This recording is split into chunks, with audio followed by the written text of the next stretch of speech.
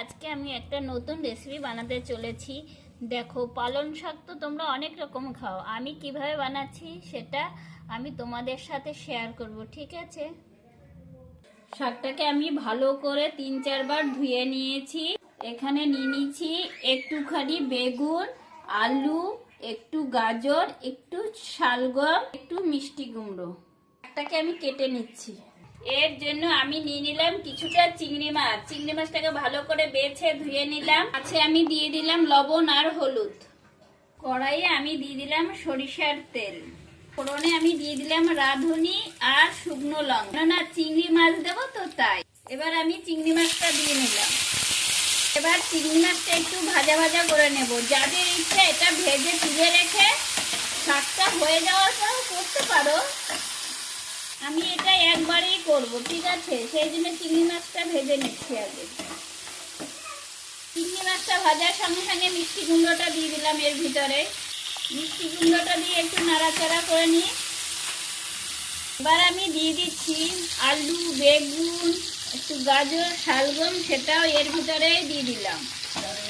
এবার এটাকে একটু আমি ভাজা ভাজা করে নিই। আমি এতে একটু পরিমাণ মতো হলুদ দিয়ে দিলাম। এর ভিতরে আমি পরিমাণ মতো লবণ দিয়ে দিলাম।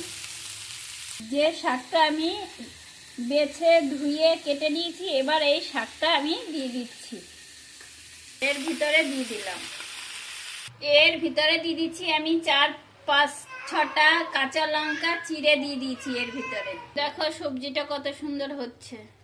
এইরকম কারা কারা চিংড়ি মাছ দিয়ে খেয়েছো কমেন্ট করবা কিন্তু, দেখতে থাকো। এটা আমার হয়ে এসেছে। আমি একটু এতে আখের গুড় দিয়ে দিলাম, মানে চিনির জায়গাতে আখের গুড় দিয়ে দিলাম। চিনির জায়গাতে আখের গুড়। এতে টেস্ট আরো বেড়ে যায়। চিংড়ি মাছ আছে, মিষ্টি কুমড়ো আছে, এতে টেস্ট আরো দ্বিগুণ হয়ে যাবে। দেখো এইরকম একবার তোমরা খেয়ে দেখবা, দুর্দান্ত লাগবে। দেখেছো আমার শাকটা কমপ্লিট হয়ে গেছে। কারা কারা এইরকম খেয়েছো কমেন্ট করবা, যারা না খেয়েছো তারাও কমেন্ট করবা। আর একবার অবশ্যই এইরকম বানিয়ে খেয়ে দেখবা, দুর্দান্ত লাগবে, দুর্দান্ত। ঠিক আছে? আর শেয়ার, সাবস্ক্রাইব অবশ্যই। তোমরা ভালো থেকো এবং সুস্থ থেকো।